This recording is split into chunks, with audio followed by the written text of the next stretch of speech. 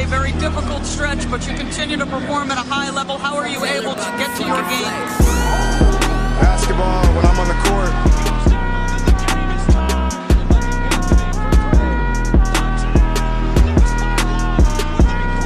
Rebecca, in the future, when you interview me, can you please take off your damn heels? He said, I'll present you, provided you let me wear your heels. We'll save that for later.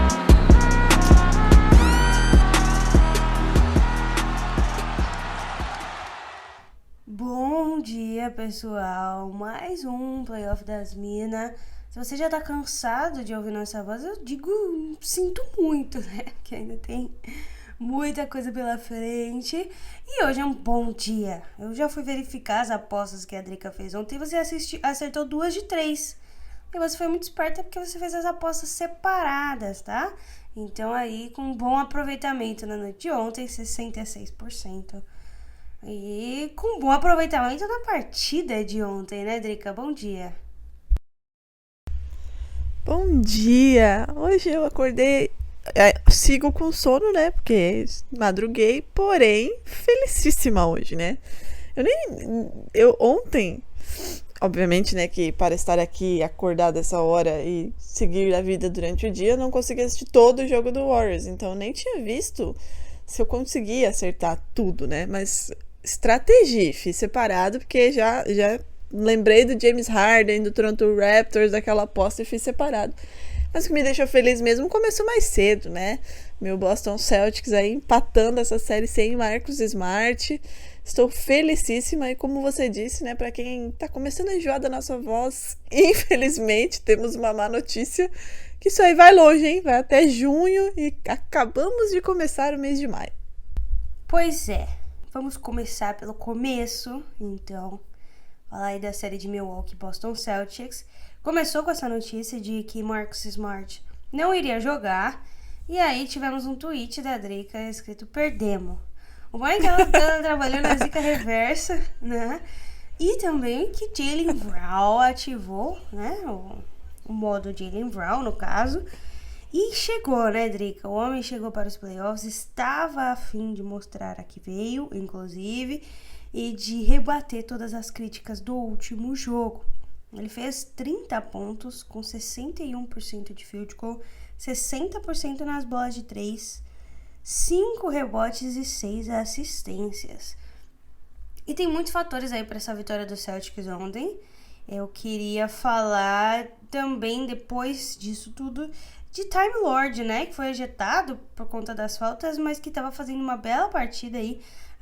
Antes disso, faça seu resumão aí do Boston Celtics, Drica. Eu vou deixar sempre essa parte da série com você, porque, né?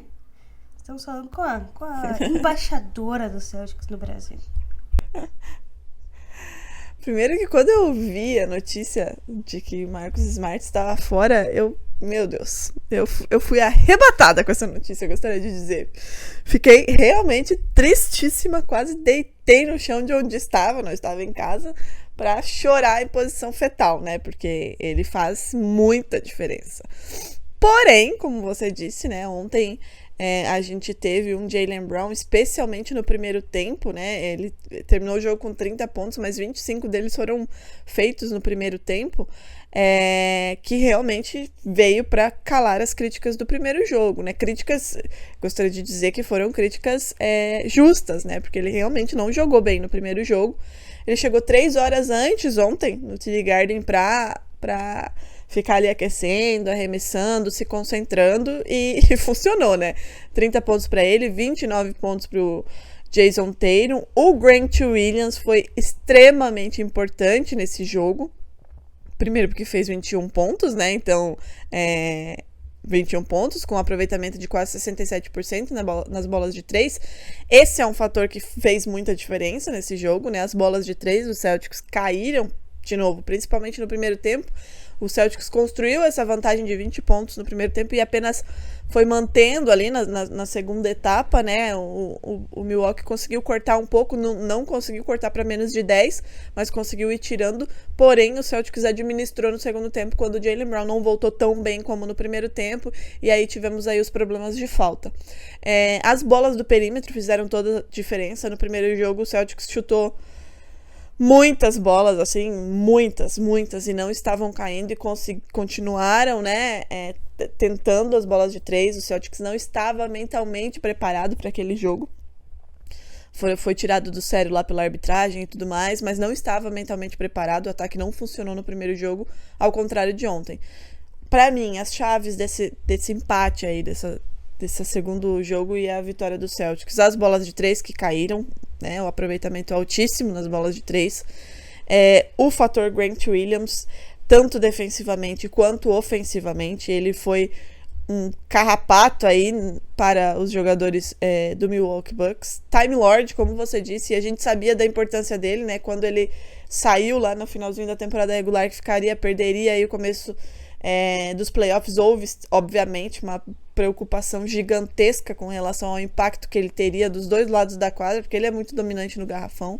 E a defesa do Celtics, né, que de novo voltou a ser a defesa que a gente está vendo em 2022, fechou muito os espaços de Giannis Antetokounmpo, que terminou o primeiro tempo apenas com 5 pontos, né, depois do primeiro jogo, e isso geralmente costuma me deixar muito brava, né, que costumam tirar os times assim pra nada, né, como se estivessem ali à toa.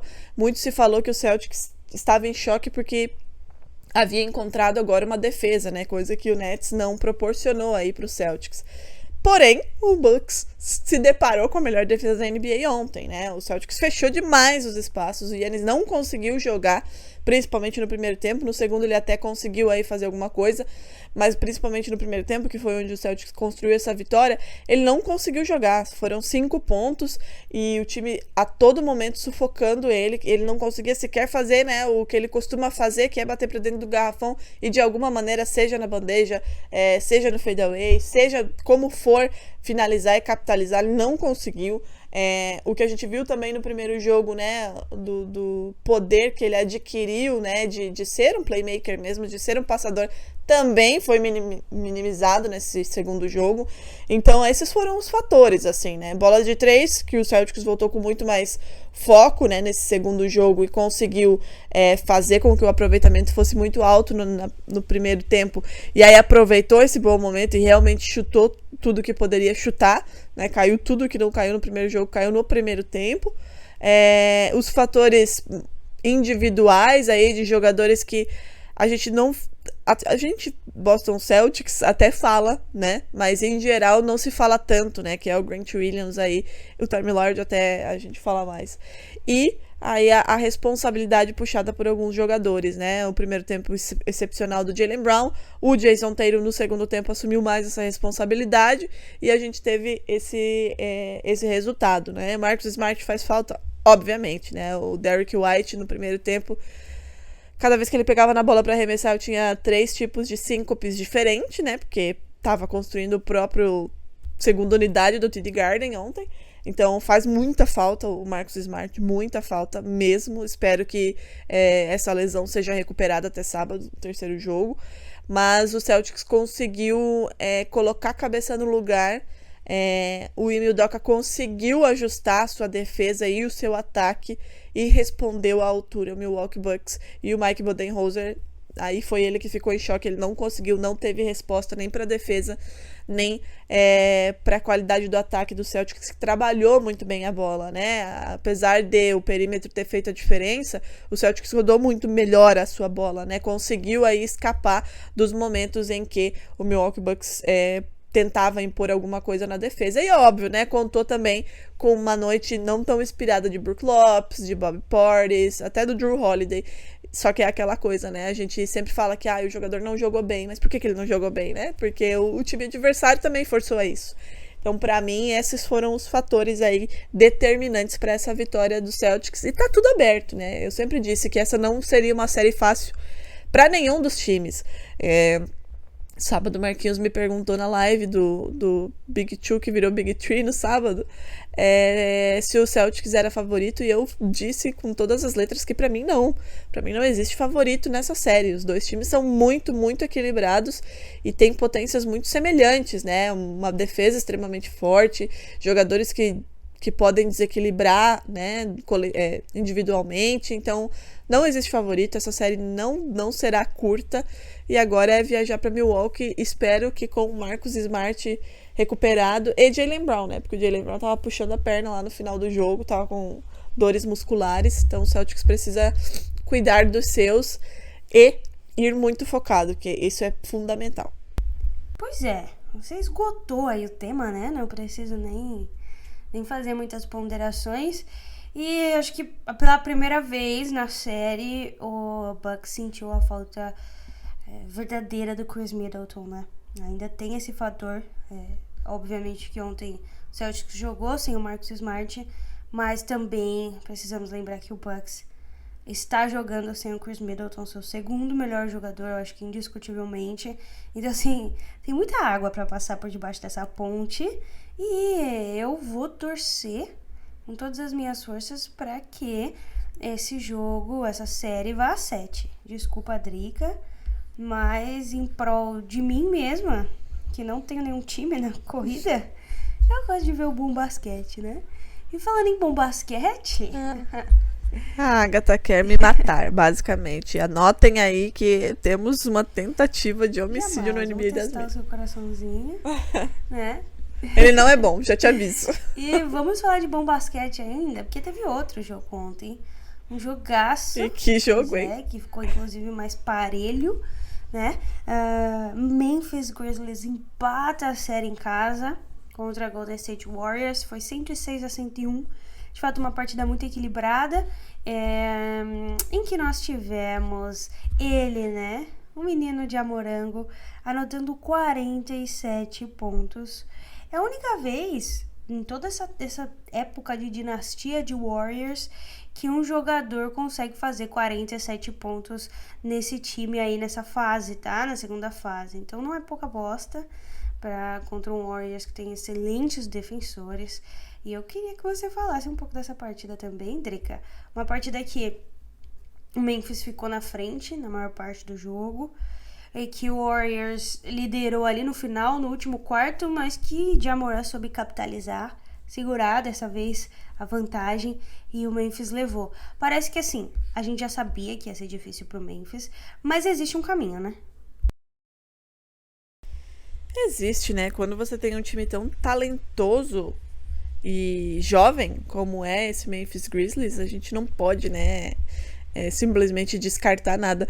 Aliás, a gente não pode descartar nada nessa altura do campeonato, sabe? Eu acho que de todas as séries, pensando aqui rapidamente, a que talvez seja mais desequilibrada por conta do desfalque de Joel Embiid é Miami Heat e Sixers.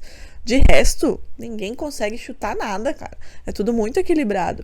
E por mais que a gente saiba da força do Warriors, a gente não pode de maneira nenhuma descartar um time onde um jovem de 20 e pouquinhos anos me faz 47 pontos nesse Golden State Warriors tão forte, né? Então, o Ja Morant fez 47 pontos, e pra gente ter uma ideia, Klay Thompson e Stephen Curry fizeram 39 pontos somados. Jordan Poole e Curry fizeram 47 juntos. Então, assim, que jogo do Ja Morant, né? O que mostra muita personalidade e muita maturidade, porque a gente tá falando de uma segunda rodada de playoffs, de um time que não ia, foi ano passado, já tirou, né, o próprio Warriors lá no play-in. Esse ano conseguiu ir à segunda rodada contra um time como o Warriors, né, recheado de estrelas e multicampeão aí, com uma base campeã, né? Afinal, a gente tem aí Stephen Curry, Klay Thompson, Draymond Green, Iguodala que não jogou, enfim, todos multicampeões. Mas para falar do jogo, eu acho que muitos torcedores do Warriors reclamaram muito no começo do jogo, né? Um jogo muito físico no começo, né? Era sangue pra cá, era gente saindo pra lá. O Gary Payton, inclusive, saiu e não voltou mais. Inclusive, o Draymond Green... Se você me permite a intromissão, Gary Payton tem uma fratura no Foi confirmada depois? Exatamente. No seu cotovelo, tá? Uma falta gravíssima, né? Do Dillon Brooks, sem necessidade alguma. É ejeção, Sem né? necessidade, né? Antes dos 3 minutos de jogo. Pra machucar, de fato, ali no rosto. Enfim, foi ejetado com 3 minutos de jogo e comprometeu um dos grandes defensores do Warriors. Uma fratura aí, sim, no cotovelo, tá? Então, né, atualizando, e a galera ficou puta, né, com razão, obviamente. O próprio Draymond Green levou uma cotovelada lá no olho, ficou com o olho inchado, sangrando. O Curry saiu por algum momento ali no começo também, então assim, né, momentos de tensão no começo do jogo. Forte, no mínimo, né, pra não dizer mais do que isso. Mas o Grizzlies, desde o começo, de novo, né, o começo do jogo do Grizzlies é sempre muito intenso, né, muito forte. Tanto no primeiro jogo como nesse, o Grizzlies abre 8-9-0, assim, então já começa com tudo. E mantém esse ritmo de intensidade, né? Embora o Warriors tenha conseguido diminuir depois, até passou, como você disse, no quarto aí, a gente olhava e pensava, porra, de novo? Será que o Grizzlies vai perder? Mas não, aí vem o fator Ja Morant, né? A gente sempre fala aqui, né, Agatha, que esse Memphis Grizzlies é um time extremamente bem treinado pelo Taylor Jenkins. É um time que não é só Ja Morant, porque quando o Ja Morant não jogou durante a temporada regular, teve lesões, o time manteve o seu ritmo e as suas vitórias. Não fez essa boa campanha que fez à toa. E aí, além de ter um elenco, né, um time jovem e talentoso, tem o fator que desequilibra, que é o Ja Morant, né? Não foram 47 pontos. Quando você olha isso, você já sabe que o cara impacta demais, não só numa partida, porque não é uma coisa fora da curva.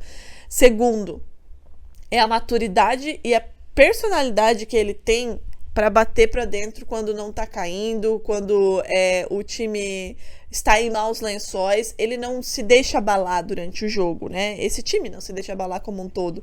E aí isso também acaba, né, fazendo com que esse Grizzlies não sofra tanto durante as partidas, né? O primeiro jogo já foi extremamente equilibrado, decidido na última bola. E esse, de novo, é uma baita partida do Grizzlies e, pra mim, uma vitória merecida. O time vem fazendo por merecer com que essa série não tenha a facilidade que muita gente imaginava que teria. Vai ser, como você disse, vai ser difícil pro Grizzlies? Vai, né? Ele não... Cara, é um Warriors que quando você menos imagina, o jogo tá empatado, daqui a pouco tem 9 pontos de vantagem para esse Warriors. A gente sabe o quanto esse time tem uma cultura vencedora e rapidamente ele desgarra no placar. Mas, pro lado do Warriors também não vai ser fácil, porque tem um time jovem, um time que quer muito se provar, mais do que já se provou, e um garoto, pra mim, extremamente especial. Pra mim, assim, eu acho que essa palavra define o Ja Morant. Ele é especial. Ele é um jogador que desde que pisou na liga não tem medo de ninguém, não tem receio de nada, de nenhum jogo, de nenhum adversário. E de novo, ontem ele mostrou isso. De novo, ele ia pra cima de qualquer um, independente de quem fosse que estivesse na marcação ou na frente dele. De novo, ele protagonizou highlights pra todo mundo. E de novo, ele mostrou que a gente não pode de maneira nenhuma minimizar o que esse Memphis Grizzlies pode fazer nessa série. Pois é, muitas considerações, né? Stephen Curry ontem fez 27 pontos, 8 assistências. Uma coisa que me surpreende, de certa forma, é a dominância que o Warriors está tendo no garrafão. Foram 60 pontos contra 42 do Memphis. Um Memphis que tem jogadores altos, jogadores capazes, né? Inclusive, de fazerem um volume ali embaixo, né? Especialmente Jaren Jackson Jr., que deveria estar um pouco mais plantado ali e pontuar mais. Ontem ele só fez 12 pontos, 21% de field goal, 28% da bola de 3. É um cara que precisa melhorar se esse time quiser passar, né? Assim, obviamente que ganhou ontem, mas inclusive, acho que a comparação sempre vai ser feita, é aquilo que a gente fala do Trae Young, né? Não adianta o time se escorar na necessidade de pontuação do seu principal jogador. Legal que o Ja Morant fez 47 pontos ontem, estava numa noite iluminada e ganharam. Mas não é saudável, né? Que o time espere que ele faça isso todo jogo. Então todo mundo precisa chegar junto. E outra coisa que me impressionou bastante foi a porcentagem de bola de 3 do Warriors. Drica, 18%, tá? De bola de 3. Não sei qual foi a última vez que o Warriors fez isso. E também tem caído muito nos lances livres, né? Recentemente o Stephen Curry errou 4 lances livres. Nunca tinha feito isso na carreira. E agora 77%. E são fatores que mostram de fato como esse time, apesar de ainda seguir a mesma filosofia, de ter os mesmos jogadores, já tá num final de... não final de carreira, né? Mas já está se encaminhando para a parte final do percurso, né? A gente tá vendo claramente nesses, acho que últimos 2, 3 playoffs, como o bastão tá sendo passado, né? A gente ainda tem o Stephen Curry jogando em altíssimo nível, um LeBron James jogando em altíssimo nível, um Kevin Durant jogando em altíssimo nível, mas a gente consegue ver qual é o futuro da liga e para quem tá sendo direcionado novamente aí esses holofotes, né? O Curry ontem chutou 3 de 11 para as bolas de 3, não é normal. Klay Thompson 2 de 12, então algo de errado não estava certo ontem. Eu imagino que isso seja corrigido pro próximo jogo. Essa 7 de 38 nas bolas de 3, não imagino que vai acontecer na casa dos Warriors, e é algo a se ver, porque se eles acertam 5 bolas a mais, o que ainda ficaria abaixo da média, eles ganham esse jogo, né? Então assim, foi um 101-106 com um Warriors atípico e com o Grizzlies, especialmente o Ja Morant, jogando muito acima. Existe um mundo em que o Grizzlies se arruma algumas coisas que faltam. Eu imagino também que o Dillon Brooks deve ser suspenso por mais algum jogo, especialmente por conta do resultado da lesão. Mas para mim o fator principal aí é o JJJ conseguir encaixar a pontuação para que esse Grizzlies continue tendo chance. Porque a gente sabe que qualquer brecha o Warriors vai passar. É um time campeão, é um time que sabe o que tem que fazer para vencer. Então, quem quiser passar desse time, que faça o possível e o impossível. Alguma consideração final, Drica? Não, é isso, né? Essa questão do perímetro aí, a gente não tá acostumado a ver isso, né? Eu brinco que agora a gente tem 3 Splash Brothers, né? Que o Jordan Poole é um deles também. E ele também estava, né? 1 em 6 ontem. E é como você disse, né? A gente tá vendo aí a passagem de bastão. E no caso do Warriors tá ficando em boas mãos também. Porém, né? Concordo com você que são situações atípicas que não acontecerão de novo. É como eu falei no jogo do Bucks e do Celtics, né? No primeiro jogo, o Jaylen Brown não acertou nada. Não aconteceria de novo. São coisas que são momentos, né? Um time está bem em algo, em um jogo, ele vai corrigir pro próximo jogo. O Warriors não capitalizou suas bolas de 3, que é a principal característica do time. Isso não vai acontecer de novo, né? Então, os ajustes vão sendo feitos nos playoffs, por isso que os playoffs são tão...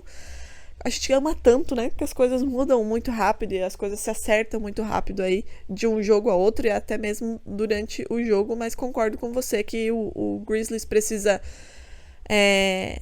encaixar, né, o time todo para ajudar o Ja Morant nessa lida aí, e a gente vai ter uma série muito interessante. A gente já teve 2 ótimos jogos equilibrados e com tudo que a gente gosta, né, e com certeza essa série vai longe. Agatha, pra finalizar, a gente tem que fazer a nossa postinha do dia, né? Afinal, eu tive aí quantos por cento de aproveitamento ontem? 60 aí? 66%, acertou 2 de 3, né? Eu já tô aqui com a KTO aberta. Olha aí, ó. Quem ainda não abriu, vamos lá. KTO.com. Faz seu login. Se você ainda não tiver criado uma conta, cria uma conta.